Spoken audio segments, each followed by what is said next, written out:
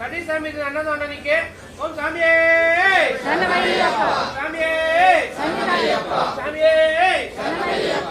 நேற்று பாத்தீங்கன்னா பூஜையில கன்னிசாமி எல்லாரும் சேர்ந்து அன்னதானம் பண்ணாங்க. அப்ப ரூபன் ராமசாமி அவரும் அன்னதானத்துக்கு காசு கொடுத்திருக்காரு. ஓம் சாமியே ஓம் சாமியே ஓம் சாமியே. நல்லா சாப்பிடலாம். சாப்பிடல